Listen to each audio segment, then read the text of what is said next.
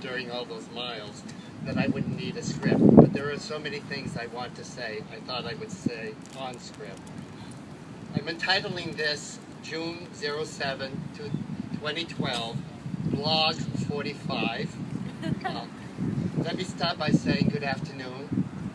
My name is Dennis and I'm a pilgrim. I confess, and this is time for confession, I walked the whole way. I did not cheat. And guess what? It was not 525 miles. It was 552 miles. I miscalculated. So a big thank you goes to all the people, different people and organizations that create this event today. I'm somewhat at a loss as where to start in giving my Thanksgiving. Let me begin with the founders of the feast. The Camino de Nathaniel exists because of the enduring spirit of my son Nathaniel. And then there was my wife Judy and my daughter Carrie and the constant support of the International OCD Foundation. None of you laughed when I first mentioned this project. You were genuinely intrigued, you asked for more information, and you noticed my growing enthusiasm and energy as I was planning and asked how you could help. The 45 days of the Camino de Nathaniel are the fruits of your unconditional love and support. Today includes a lot of Thanksgiving, and I'm afraid of forgetting someone, so I'm going to kind of jump all the people that have already been thanked and say thank you, and I'm going to go right then straight to all you folks that are present here right now at this rally. Thank you for cheering me in. You deserve special recognition. I'm aware of all the walkers, and by that I mean the actual walkers and the virtual walkers who kept me steady on the road and reminded me constantly of their loving presence. Whether in deepest PA, and it is deep in certain parts of PA, or rural western New Jersey, or in beyond Great Neck, Long Island, that kind of support was so appreciated. Thank you hospitals, thank you clinics, thank you treatment centers, thank you doctor's office for opening your doors and for listening to and attentively to the Nathaniel story. The initial goal of the project was for me to walk strong to the finish line. I've done that.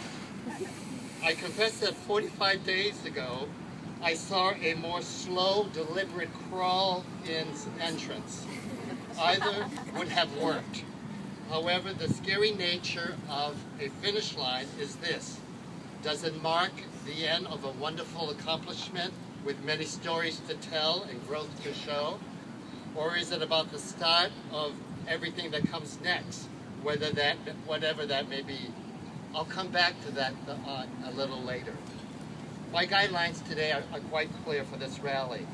First, to say thank you, and I've done that. And then to tell you something about Nathaniel and why I decided to do this pilgrimage. I must also include some juicy particulars, because that always keeps the interest of the audience. So here goes. I did this walk because I had to do this walk. The call to me was so crystal clear. However, the innumerable details and scope of the actual execution of the pilgrimage were quite daunting. Who do I think I am to walk a pilgrimage in the 21st century? Who do I think I am to do it on the busiest roads of the eastern corridor of the United States? And who do I think I am to initiate conversation about what's most invisible in our society, brain disorders? Why should I make visible the invisible? Last year when Nathaniel died, my sister-in-law, Dr. Carol Nicholson, a philosophy teacher in New Jersey, wrote in a sympathy card the following, and I quote her, "We have much to learn from the undeserved suffering of extraordinary people." Right on, Carol.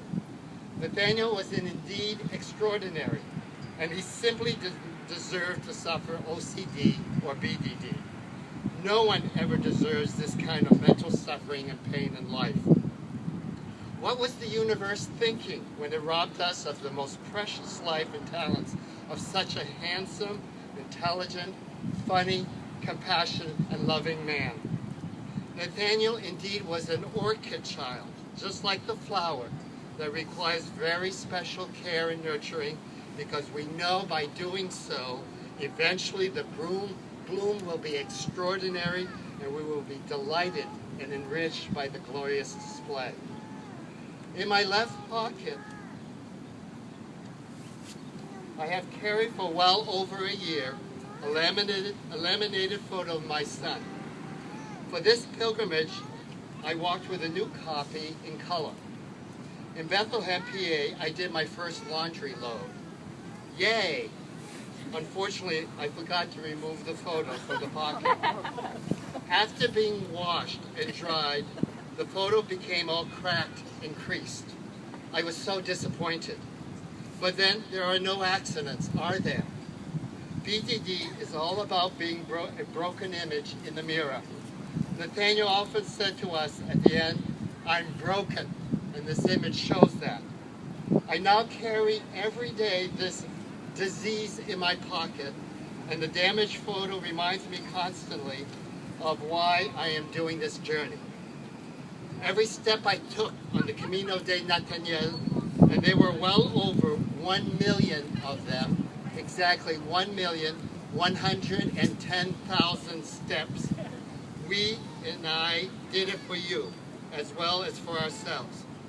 He was the compassion taskmaster who repeatedly reminded me to put one foot in front of the other, to watch out for the crazy, mindless, often texting, speeding drivers, to avoid the prolific poison ivy growing on the side of the road, to accept the wetness of the rain from the sky and from the splashes of passing cars, and to be brave enough to tell his story to total strangers, to be constantly flexible, resourceful, and resilient despite my age, and to get used to sleeping in 42 different beds in 7 weeks, and to always welcome the limitations, availability of lodging or food, and to move deliberately forward through the many deserts of solitude, but most of all, to raise awareness about brain disorders, especially OCD and BDD.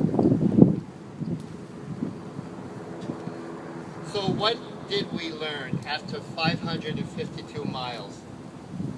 Well, first of all, we learned that not many people know about BDD. Folks, we got to do something about that. We learned that parents and caregivers and siblings and friends who live in the arena of the disease desperately need professional support. We learned that living in the present is much more rewarding than living in the unchangeable past or the supposed future. We learned that Google Maps walking directions are quite accurate, for the most part, although its liability clause is clearly stated if you push the pedestrian button. It says, walking directions are in beta, which I don't understand. Please use caution. That's legal language, or CYA, or cover your ass-on. We learned that there are many other good folks out there, total strangers who listen to Nathaniel's story, asked good questions, and even cried in empathy when I described Nathaniel's life and illness. There were many acts of generosity along the path. Janet in Hatfield, PA, who handed me a $20 bill as her contribution. Waitress Lynn in Phillipsburg, New Jersey, who paid for my breakfast. Several B&Bs on Long Island and Rhode Island that reduced my lodging fees or offered me a room free of charge. Casey in Mansfield, Massachusetts, who bought me an ice cream in Cold Stone Creamery. And her son Daniel, who suffers from autism, but still managed to shout from the backseat of the car, "Walk safely, my dear friend." And what about all the little businesses that let me use the bathroom without my having to buy something in exchange, as if I needed more weight? And of course, I will never forget the many host families who offered me hospitality, a comfortable bed, a steaming hot shower, delicious and nutritious meals, and listening ears as I talked about the walk and processed the day's experience. Okay, fess up, Asselin. It's confession time. It wasn't always easy out there. For instance, there was an innkeeper in fancy Bucks County, PA Inn, who, when I started to tell Nathaniel's story, cut me off and said, "I haven't got time for your story." Despite her response, I still had enough presence of mind to ask, "Well, can I still use your bathroom?" And then there was Ralph's king-size motel in Point Murray, New Jersey, that offered special rates for short stays. I don't think they meant nap time for overly tired pilgrims like me. And did you know that you can't use a restroom in some banks because it's a security risk? What would I be doing in there that warrants that kind of extra protection? There were many memorable moments, like the day I had to hug the shoulder of the highway all morning long because of the traffic, and at lunchtime in a lovely small-town restaurant, I realized that an army of ticks were slowly crawling up my legs as I was being served lunch. That was an interesting challenge. However, Nathaniel was always in front of me, young, healthy, robust, and determined. He definitely was on a mission, and my role was simply to keep up. The real miraculous discovery along the way for me was that if I put one foot in front of the other, I'll move forward, and eventually I will get to Boston. So here I am. With each step I took, I released the pain of the loss of my son. I pounded my deep anger into the macadam of the road. I appreciated the many deserts of solitude along the way, and I mastered the art of kinesthetic mindfulness. This walk was for me a pilgrimage of hope and for new possibilities. The Camino de Nathaniel, Finisterre, which means end of the earth, is Boston Harbor. And Boston Harbor is right next to this park. Last week, Earlham's College May term in Spain finally arrived in the Finisterre in Spain on the other side of the Atlantic. I had asked the group to leave behind for me a small stone with the word courage inscribed on it. Today, I still carry its mate in my pocket, a stone with the word grace. It will find its way into the waters of Boston Harbor after this event. The circle is now complete. But if indeed it is a circle, then there is actually no finish or start line, is there? My Camino has not ended, neither has yours. It's just beginning. Ancient pilgrims in Spain who finished the Camino de Santiago used to take off their clothes and burn them on the rocks of Finisterre on the Atlantic coast. I will spare you the sight of such a scene on my behalf. Theirs was probably quite worn and smelly. Mine a little less so thanks to laundromats. But the ritual remains absolutely beautiful in the sense that it invites us to shed the old and to begin anew.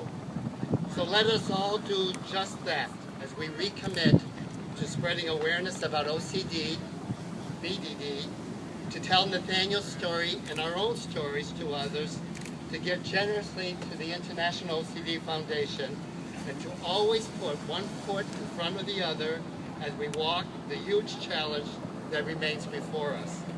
Ultrea and buen camino, my friends.